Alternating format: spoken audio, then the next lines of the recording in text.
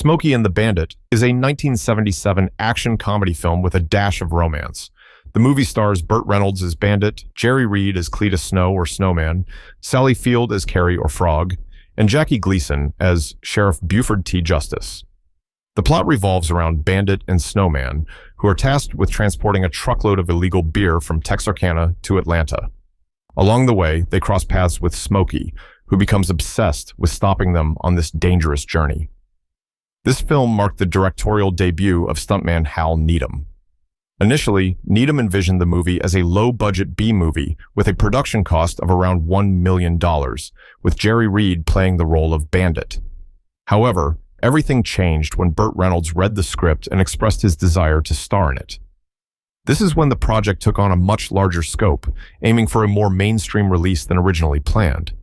Reynolds was paid $1 million for his role, which was a quarter of the film's entire budget, but it proved to be a smart investment.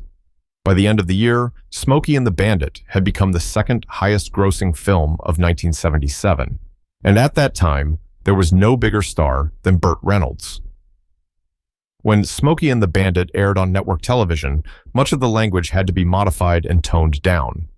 For example, Sheriff Justice's famous line, "son of a bitch," was changed to "scumbum."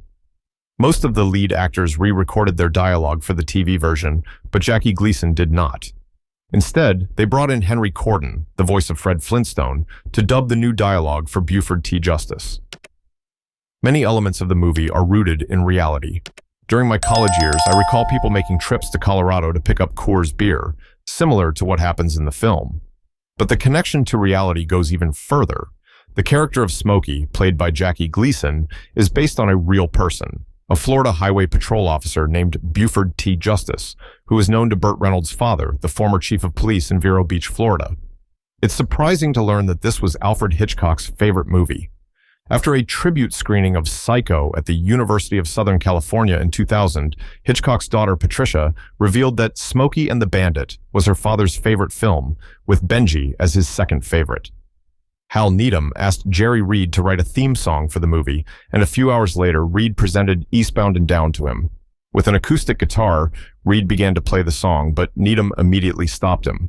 Thinking that Needham didn't like it, Reed offered to rewrite the song, but Needham told him not to change a single note, or else he'd kill him. This song went on to become one of Jerry Reed's biggest hits. Smokey and the Bandit is one of the few movies Burt Reynolds made with his 1970s girlfriend, Sally Field. In each film they made together, Field played Reynolds' girlfriend. In addition to this film, they appeared together in Hooper, Smokey and the Bandit 2, and The End in 1978. During the production of Smokey and the Bandit, 3 Trans Am cars were used, and director Hal Needham claims that by the end of filming, those cars were barely running, having been completely worn out. Burt Reynolds mentioned that a senior executive at Pontiac had promised him a free Trans Am if the movie became a hit, which it did. The 1977 T-Top Trans Am became one of the hottest-selling cars of the year. However, when the movie became a hit, the car never arrived. After a few months, Reynolds, not wanting to seem like one of those pretentious stars looking for freebies, finally called Pontiac. It turned out that the executive who made the promise had retired, and the new executive refused to honor the promise. While Hal Needham was in Georgia working as a stunt double for Burt Reynolds on the movie Gator, someone brought him some Coors beer from California to his hotel room. After noticing that the maid kept stealing beers from the fridge, he remembered a 1974 Time magazine article explaining how Coors beer was not available east of the Mississippi River because it wasn't pasteurized and required constant refrigeration, making it illegal to sell outside of 11 western and southwestern U.S. states.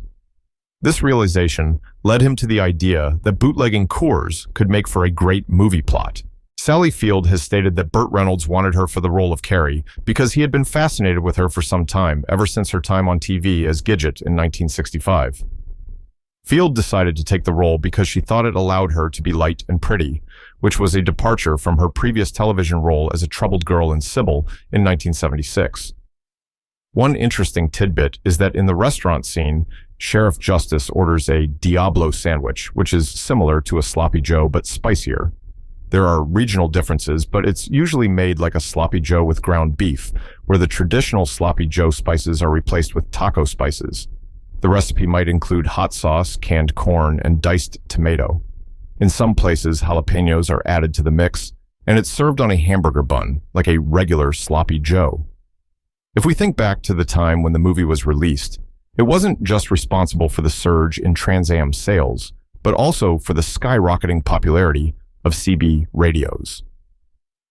This hobby spread beyond professional truckers to regular drivers as well. Sheriff Buford T. Justice drives a 1976 Pontiac Le Mans in the film. Some trivia notes mistakenly say he drove a Pontiac Bonneville, but he doesn't drive the Bonneville until the sequel Smokey&the Bandit 2. In most movie scenes, a slate is used to sync the audio with the video, but in the scenes shot inside the Trans Am, it wasn't possible to use a slate to mark the beginning and end of scenes. The actors had to clap their hands instead to mark the start and end of each take. The nickname Smokey is CB radio slang for state patrol officers because of their hats, which are also used by the U.S. Forestry Department. Later, the term Smokey the Bear Hat became popular after the Forest Service adopted its use, and their mascot began wearing one in 1944. Other CB slang nicknames for law enforcement officers include City Kitty for a city police officer and County Mountie for a county officer or sheriff's department deputy. Jackie Gleason was offered the option of receiving a percentage of the box office gross or a straight salary. Gleason chose the straight salary, which ended up costing him millions due to the film's success. The idea to add the character of Junior Justice was Gleason's. He said, "I can't be in the car alone.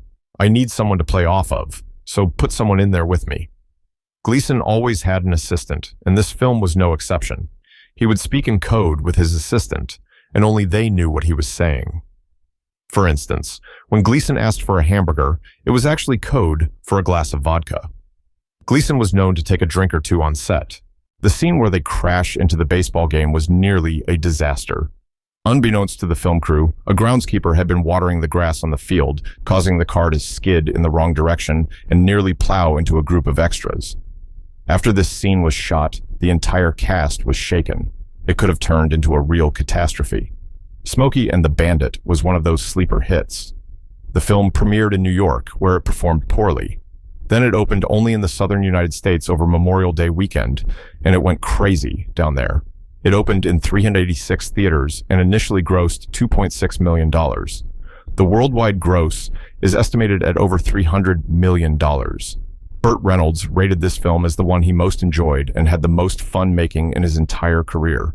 It's one of those movies that sticks out and lives in your mind forever. Here we finish. Thank you for your attention. Like and subscribe, as there are many interesting things ahead. Good luck.